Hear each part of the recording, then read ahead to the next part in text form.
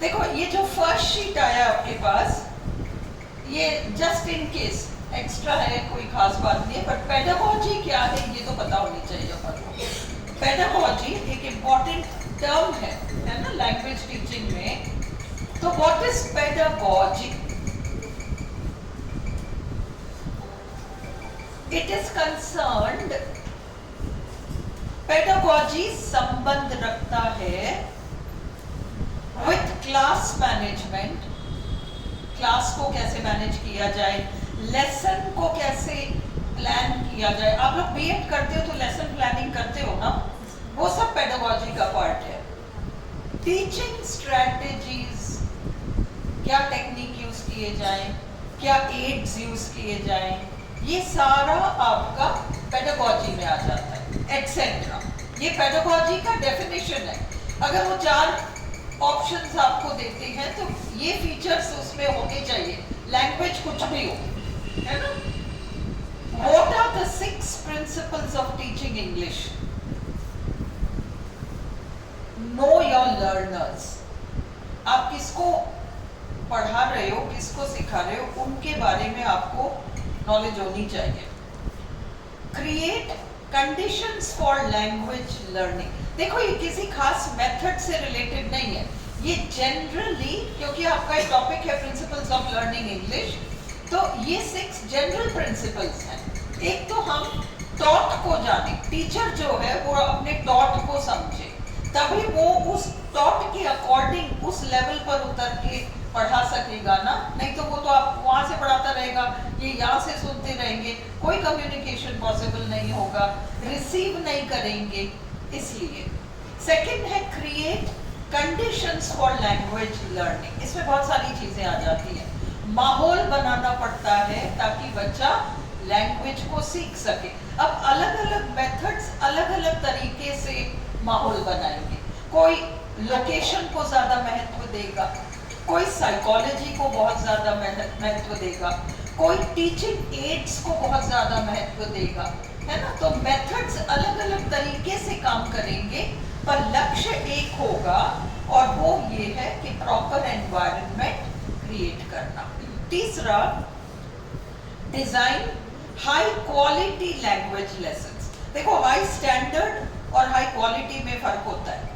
High quality का मतलब, quality का मतलब तुम्हें जो चीज चाहिए उस चीज को बेस्ट तरीके से प्रस्तुत कर पाना, ये हाई क्वालिटी लेसन्स है। लैंग्वेज लेसन्स को डिजाइन करना पड़ता है।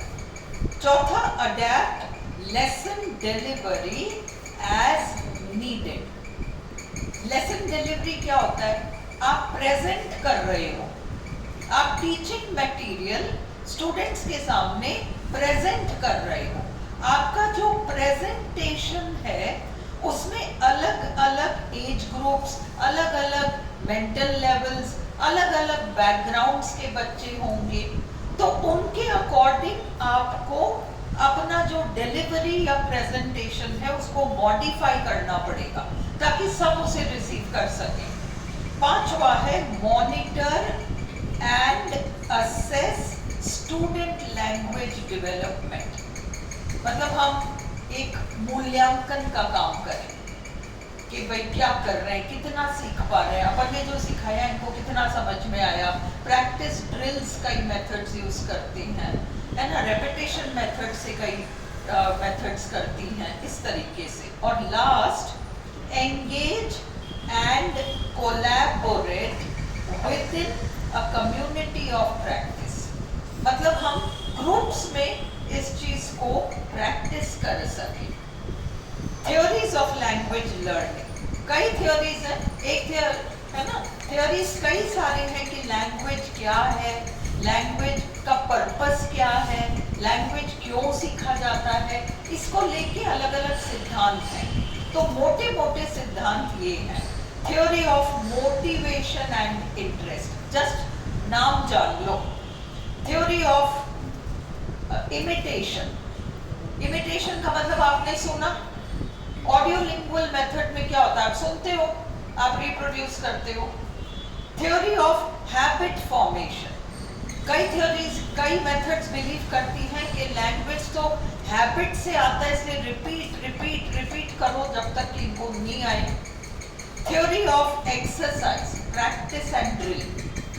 फिर थ्योरी ऑफ इंडिविजुअल डिफरेंसेस, अलग अलग एज ग्रुप्स, अलग अलग मेंटल लेवल्स, अलग अलग इकोनॉमिक एंड सोशल बैकग्राउंड्स के बच्चे, हर एक को अलग तरीके से डील किया जाता है ना। Theory of using mother tongue, कितना किस हद तक नेटिव लैंग्वेज को यूज किया जा सकता है, कितना परमिशन है। ऐसे मेथड्स हैं जिसमें टीचर अलाउड है, स्टूडेंट अलाउड नहीं है। ऐसे हैं जिसमें दोनों अलाउड है। फिर correlation with life. Correlation with life का मतलब जिसको हम सिचुएशनल मेथड कहते हैं। अपन ने देखा था ना, दरवाजा खोलना, रेलवे स्टेशन, बैंक। लाइफ में जो सिचुएशंस होती हैं जिसमें कि एक्चुअली हमें जाके बात करना पड़ता है, जब आप CLT करोगे तो उसमें ये सारी चीजें आ जाएंगी। लास्ट है theory of selection and gradation, ये आपके स्ट्रक्चरल मेथड में है। ये सिलेक्शन एंड ग्रेडेशन का मतलब पहले आप मटेरियल सेलेक्ट करो जो कि उचित हो इस एज ग्रुप के लिए, इस तरह के लेवल, मेंटल लेवल के लिए। फिर आप उसको ग्रेड करते हो कि भाई सेलेक्ट तो कर दिया, पहले इसको पढ़ाओ, इसको पढ़ाने के बाद इसको पढ़ाओ, इसको पढ़ाने के बाद इसको पढ़ाओ। उसमें आपका सब कुछ टोटल लैंग्वेज आ जाएगा। तो ये जस्ट आपकी इंफॉर्मेशन के लिए, बहुत ज़्यादा जोर देने की जरूरत नहीं, जस्ट एक बार देख लेना। आज हम करते हैं स्ट्रक्चरल अप्रोच। देखो मैंने जितना मिनिमम नोट्स बना सकती थी मैंने कम से कम ही बनाया है ना। फिर भी मैंने कोशिश की सब कुछ कवर करें। जब हम क्वेश्चन पेपर्स करेंगे, अगर उस समय लगे कि सफिशिएंट नहीं है, वैसे मुझे नहीं लगता ऐसा होगा, तो फिर हम हाथों हाथ उस चीज को ऐड कर लेंगे। अभी के लिए ये बहुत है। स्ट्रक्चरल अप्रोच मेथड है हमारा, स्ट्रक्चरल मेथड। 100 साल जिए की दिव्या, मैं तेरे को याद ही करी थी, तो आगे आके जल्दी से बैठो, कहीं भी आके बैठ जाओ, फटाफट। चलो जल्दी खोलो, हैप्पी दिवाली बाद में। हाँ चलो PDF खोल लो अपने। स्ट्रक्चरल, ये मेथड है actually. It is a method of pattern practice. इस टर्म को याद रखो। Structural method is equal to pattern practice, मतलब स्ट्रक्चर्स की practice. It helps the students to master the structure or pattern of sentences of the target language. अब ये लोग जो true and false पूछते हैं, which is not true, उसमें ये ऐसी चीजें पूछ लेते हैं।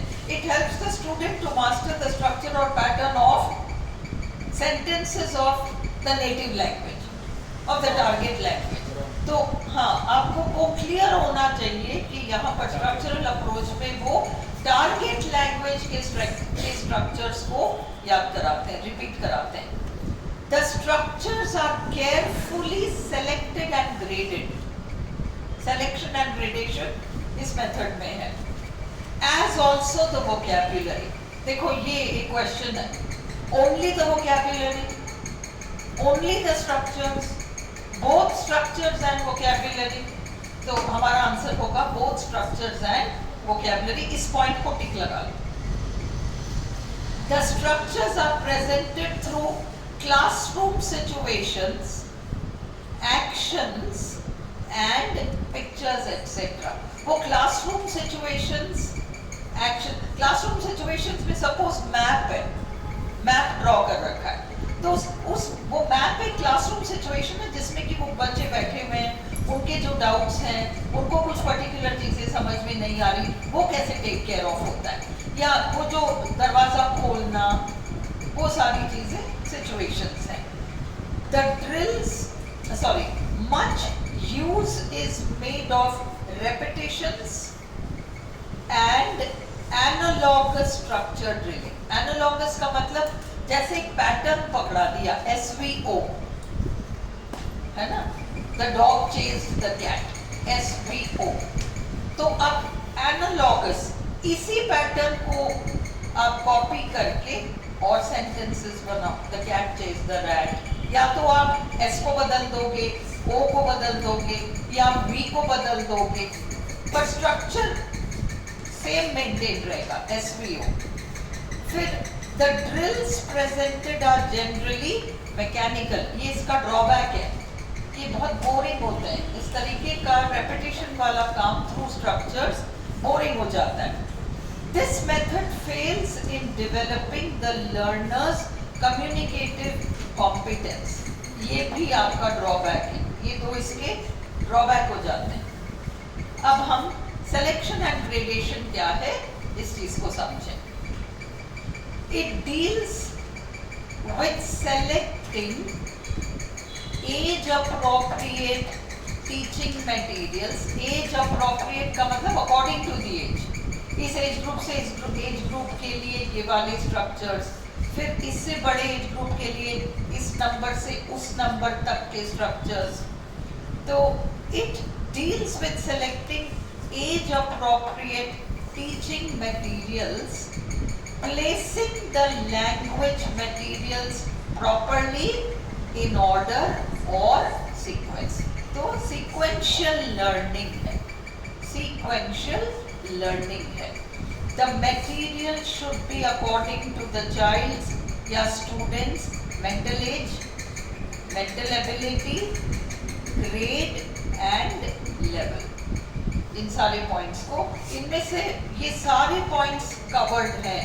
तो अगर ऑप्शंस में 2 दे रखे, किसी में 4 दे रखे हैं, वो 2 है तो सही, बट उससे वाइडर ये वाला है तो आप उसको ऑप्ट करोगे ना। प्रिंसिपल ऑफ सिलेक्शन, सिलेक्शन किस मापदंड के अनुसार किया जाता है? This principle is based on the assumption, assumption का मतलब अनुमान, जो अनुमान लगाया जाता है, that it is not possible, कि ये संभव नहीं है, to teach the whole system of the language, कि पूरी की पूरी लैंग्वेज सिस्टम को ही पढ़ा दिया जाए within a short period, बहुत ही कम समय में, इतने समय में आपको पूरा लैंग्वेज पढ़ाना है, ये पॉसिबल नहीं है। Since only limited things can be taught within a limited period, ये इसका सेंट्रल आइडिया है। पढ़ाने का टाइम कम है और जितना टाइम है उसके अकॉर्डिंग आपको मटेरियल को सेलेक्ट करना है। So the teacher has to select material, क्या छोड़ दिया जाए, क्या कंपल्सरीली किया जाए। Principle of gradation, selected words and structures, यानी वोकैबुलरी भी ग्रेड होगा, स्ट्रक्चर्स भी ग्रेड होंगे, are to be arranged in an order, वो इस क्रम में अरेंज किए जाएं, which is suitable for teaching, जो कि एक पर्टिकुलर एज ग्रुप, एक पर्टिकुलर मेंटल लेवल के लिए सूटेबल हो। This is called gradation. One of the important maxims of teaching is to proceed from simple, ये बहुत important है, इसके ऊपर क्वेश्चन आ चुका है। One of the important maxims of teaching is to proceed from simple to difficult and from the most useful to the least useful। ये 2 points याद रखो, most useful to least useful, simple to difficult, ये दोनों चीजें maintain की जाती है।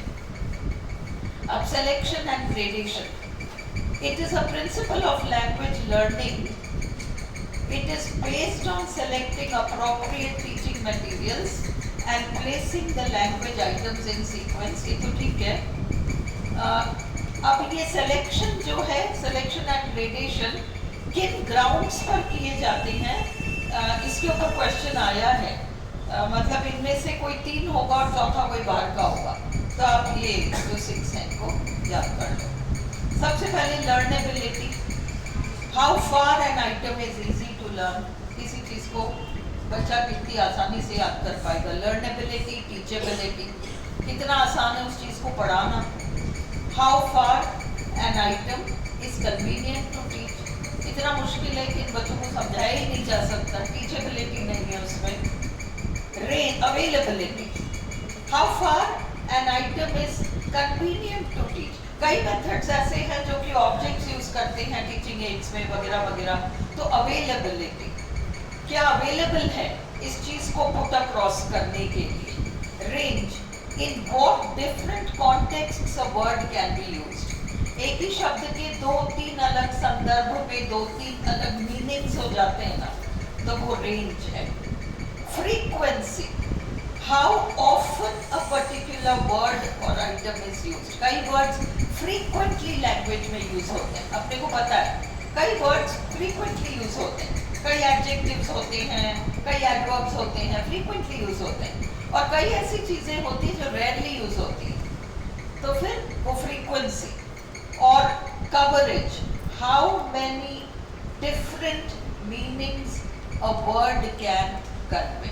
मतलब लिंग्विस्टिक पॉइंट ऑफ व्यू से एक पर्टिकुलर वर्ड, देखो एक चीज, एक पर्टिकुलर वर्ड एक कॉन्टेक्स्ट में एक मीनिंग होता है और उसका दूसरे कॉन्टेक्स्ट में दूसरा मीनिंग होता है. रेंज तो है, रेंज में वो ये सेलेक्ट करेंगे कि कौन से वर्ड्स का मैक्सिमम रेंज है. और ये वाला कवरेज, एक वर्ड अगर 2 मीनिंग्स में भी यूज हो रहा है तो they will use it. How many different meanings a word can convey. Selection and gradation, key features. To decide, क्यों यूज किया जाता है सिलेक्शन और gradation. To decide which part of the syllabus the teacher must teach at a particular point in time. ये selection है. In what order material must be taught. ये order जो है ये आपका ग्रेडेशन में आ जाएगा. तो ये दोनों पॉइंट्स आप याद रखो. सिलेक्शन ये है, ग्रेडेशन ये है. How the material must be put before the learners, ये प्रेजेंटेशन है. किस फ्रीक्वेंसी में किसी चीज को रिपीट किया जाए, चाहे वो स्ट्रक्चर हो चाहे वोकैबुलरी हो, वो आपका रेपिटेशन है. लिंग्विस्टिक आइटम्स, पंखा जरूरी है क्या, इतनी गंदी आवाज कर रहा है, रिकॉर्डिंग में आएगा तुम लोग पढ़ ही नहीं पाओगे. Linguistic items are selected according to the purpose, length and level of the course. अपने देखा था ना, इतने टाइम में इतना पढ़ाना है. लेंथ ऑफ टाइम क्या है, लेंथ ऑफ कोर्स क्या है, दोनों ही चीजें. These are then grouped and sequenced for presentation to the class. So purpose, length and level of the course, ये तीनों चीजें इस selection gradation में importance रखती हैं. These are then grouped and sequenced for presentation to the class. The material is repeated or practiced over a period of time. Repetition से सिखाना. Most of these decisions are taken by the syllabus designers. Teacher नहीं design करता. Selection and gradation teacher नहीं कर रहा. Syllabus बनाने वाले और text book बनाने वाले इसको करते हैं. The syllabus designers and text book writers. The teacher does not decide. Last, however, teacher ये लिबर्टी या फ्रीडम एंजॉय करता है कि जो टेक्स्ट बुक का मटेरियल है और टेक्स्ट बुक में उसे जैसा भी समझाया गया है उससे अलग हटकर वो क्या कर सकता है ताकि स्टूडेंट को समझ में आ जाए, ये फ्रीडम टीचर को है. However, the teacher enjoys the freedom of presenting the items in a different way than in the textbook to suit the classroom needs. ये याद रखना पड़ेगा क्योंकि एकदम से देख के लगेगा ये आंसर गलत होगा. गलत नहीं है. टेक्स्ट बुक के मटेरियल को एक यूनिक तरीके से प्रेजेंट करना ये फ्रीडम टीचर को है. अब इसके क्वेश्चंस देखो. Which one of the following does not come under the principle of selection and gradation? आपको वो F तक, F या G जो भी था वहां तक आपको वो 6 या 7 पॉइंट्स अगर याद हैं, F 6 ही हैं, तो फिर ये आंसर आपको मिल जाएगा ना. एक्यूरेसी नहीं है उन 6 में. The material should be according to the child's mental age, mental ability, grade and level. Which principle of teaching is involved in this statement? Selection and gradation. The structural approach advocate करता है selection and gradation को. Okay. Enough for structural method. अभी enough है। अगर questions में कुछ अपने पास फंसता है या मेरे को भी किसी और भी एग्जामिनेशन का कोई क्वेश्चन एकदम से टकराता है तो आई प्रोवाइड यू आंसर। अभी के लिए इट इज इनफ, नहीं तो तुम लोग कह रहे हो ना कि मैं बहुत लंबे लंबे नोट्स बना रही हूँ, तो मैं नहीं बनाऊंगी। सफिशिएंट है। अब हम नेक्स्ट पर जा सकते हैं। नेक्स्ट है आपका ऑडियो लिंगुअल मेथड, और मेरे ख्याल से इसको बंद करके अपन अगला कर लेते हैं। सारे मेथड्स एक